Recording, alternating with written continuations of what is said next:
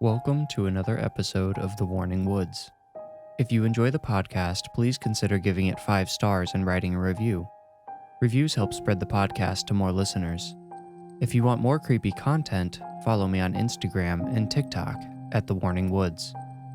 I'm Miles Thomas Tritle, and this story is called SNOWMEN. We received the year's first real heavy snow back in November. It fell thick and clung to the sides of buildings, filling up the pores in window screens. That dense type of snow is just the right kind for building snowmen. By the time I pushed my snowblower out of the garage, the neighborhood was already swarming with kids stacking balls of snow that weighed as much as themselves. Laughter as cheery as the reflecting sun filled the air. It's easy to hate snow. It's inconvenient. It's dangerous. In a neighborhood like mine, running wild with spirited children, you do grow an appreciation for it, though.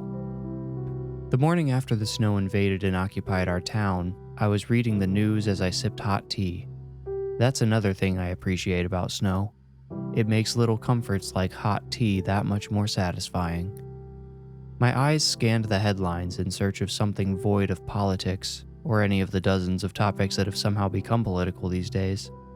I was about to give up hope on humanity as well as finding some light reading, when a local story caught my eye. The relieving headline read, "Army of Snowmen Invade Daly Park." Just the type of lighthearted nonsense I needed. Below the text was a photo of Daly Park blanketed in 6+ inches of snow. The playground looked like a wedding cake awaiting the decorator's final touches. In the field next to the playground, at least 3 dozen blank snowmen stood in staggered rows.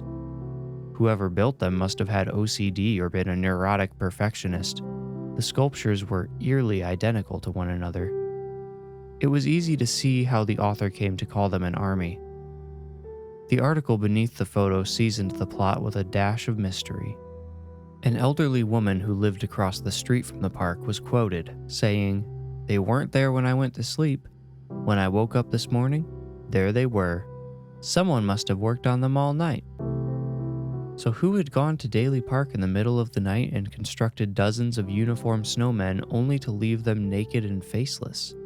My mind immediately settled on some type of publicity stunt or one of those internet pranks.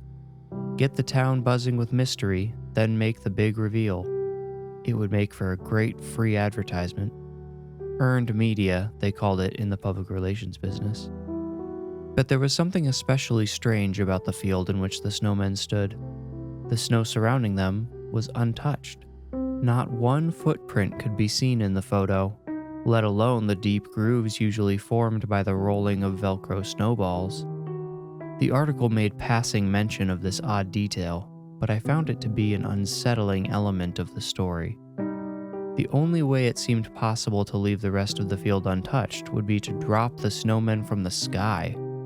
The elderly woman hadn't mentioned hearing any helicopters swooping overhead that night. My pondering got interrupted by the digital toll of my doorbell. I took one more sip of tea and rose to see who had come by so early. I checked the peephole, but it was clogged with snow. I opened the door hoping I wouldn't find an enterprising young salesperson on the other side. I smiled when I saw my neighbor Lawrence there instead. He did not smile back. In fact, he looked outright distraught. Lawrence wore his winter coat over pajamas.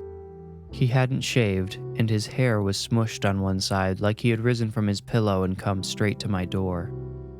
"Morning, Lawrence," I said. "Everything all right?" Lawrence shook his head and asked, "Have you seen Dev?" Devin, or Dev as most people call him, was Lawrence's 8-year-old son. "Not since yesterday when he was out playing with the other kids. He's probably running around with them now," I said uselessly. Lawrence looked like he wanted to believe that but couldn't. Maybe he was being overprotective, or maybe some fatherly instinct drove his concern. "Would you call me if you see him?" he asked. Seeing how upset Lawrence was, I felt guilty about returning to my recliner and hot tea. "Tell you what," I said, "why don't we hop in my car and cruise around a little bit? I'm sure he didn't go far." Lawrence seemed to like that idea.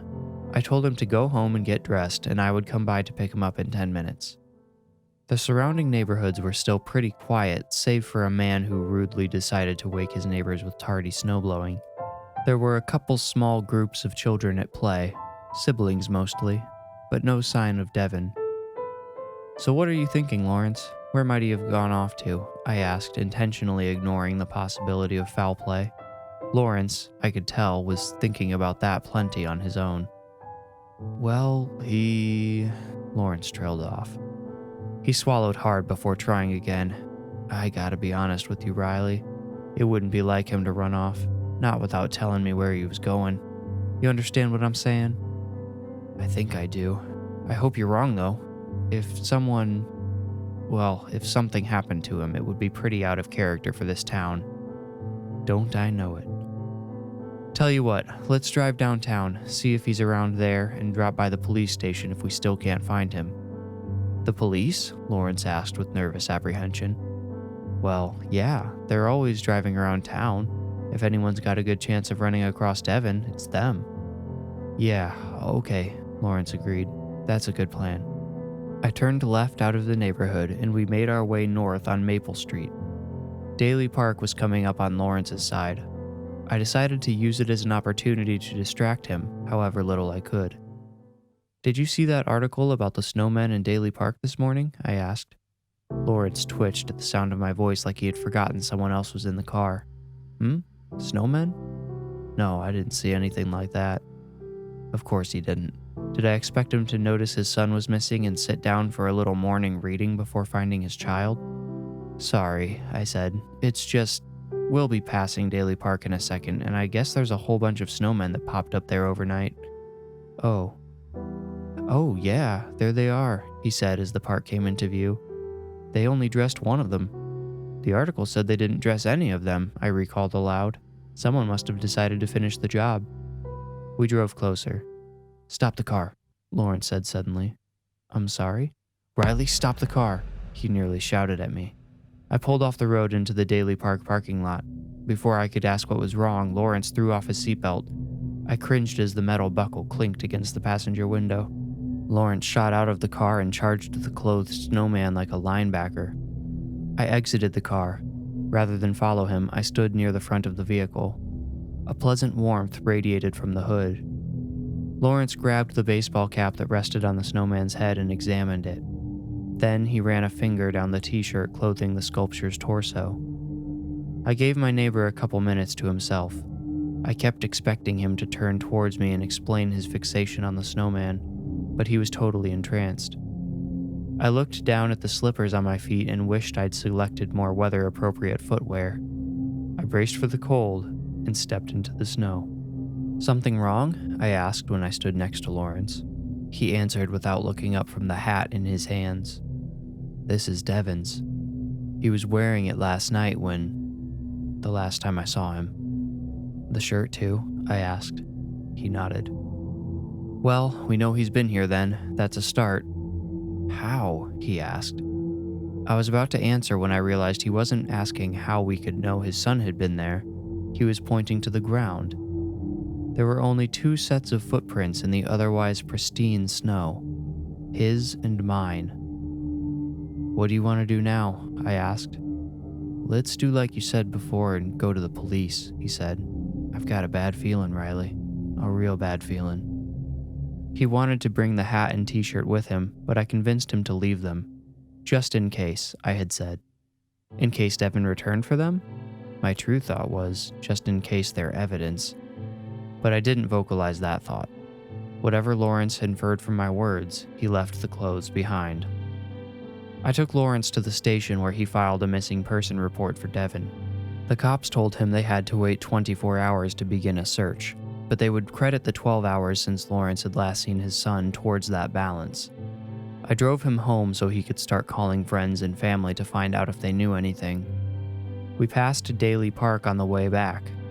Lawrence was too distracted, but I noticed a second snowman had been dressed in a small child's winter coat, hat, and gloves. After dropping Lawrence off, I went about my day normally. That might sound callous, but in a situation like that, it's hard to know what more you can do. My kitchen glowed with the pinkish hue of a winter evening when my phone rang. It was Lawrence. "Have you heard, Riley?" he asked before I even said hello. "Heard what? Did Devin come home?" I asked. The anxious tone of his voice told me it wasn't so. "It's not just Devin. There's kids missing all over town. I just called the police. They said they've been inundated with reports. They're starting searches early. Remember that feeling I had, Riley?" I flashed back to the park. "The bad feeling?" I asked. "I think something real ugly is going on here," he said. The last word swooped as if he barely got it out before overwhelming emotion took over his voice. "Sit tight," I said. "I'll come back over and we can go look again. I'm sure the police are doing their job, but a couple extra sets of eyes couldn't hurt." 5 minutes later, we were back on the road. "I want to go back to the park," Lawrence said. It seemed like a reasonable place to start. The parking lot was almost full when we pulled in. My gut twisted when I saw why.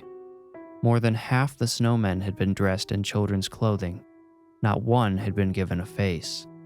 The crystal surface of the snow had been trampled by dozens of parents who now stood examining snowmen wearing their children's clothing. 2 police officers wandered among the dazed parents. One wrote in a pocket-sized notebook while the other took photos of the snowmen. Lawrence ran to them and interrupted their observations. "What's going on, officers? Why are all these people here?" The officers looked at each other as if playing some ocular version of rock, paper, scissors to decide who would answer the distraught father. Finally, the one with the camera spoke. "All of the missing kids' clothes are showing up here. We're trying to figure out why." "Have you found any of them?" Lawrence asked. "Not one," the second officer replied. 22 missing kids and none have turned up yet." "Has anything like this happened before?" I asked. "So many kids disappearing at once?" One of the officers was about to answer when a furious scream interrupted him. One of the fathers had snapped. He hauled back and decked the snowman wearing his daughter's parka. Wet snow sprayed around his fist and the head split in two. The snow fell away. The mother screamed. The white, round head of the snowman was replaced by the blue-gray head of a little girl. A look of terror had been permanently frozen on her innocent face. "Good God," one of the officers muttered, and they ran towards the parents standing in front of the frozen body of their child. Screams of grief and horror filled the air in the park as more parents began breaking the snowmen apart. Everyone uncovered the same horrible discovery: the ice-bound body of their child. I turned to Lawrence, but he had disappeared from my side. I saw him standing a few feet away, staring hollowly at Devin's snowman. I knew I should be by his side, but I couldn't bring myself to move. My mind was racing. Had the children been there all along? No, they would have been reported missing much earlier. How had they ended up inside the snowman? How had whoever put them there done so without leaving a single track in the snow? My stomach sank as one last terrible question entered my mind. There were at least 15 blank snowmen left. Whose children would end up inside them?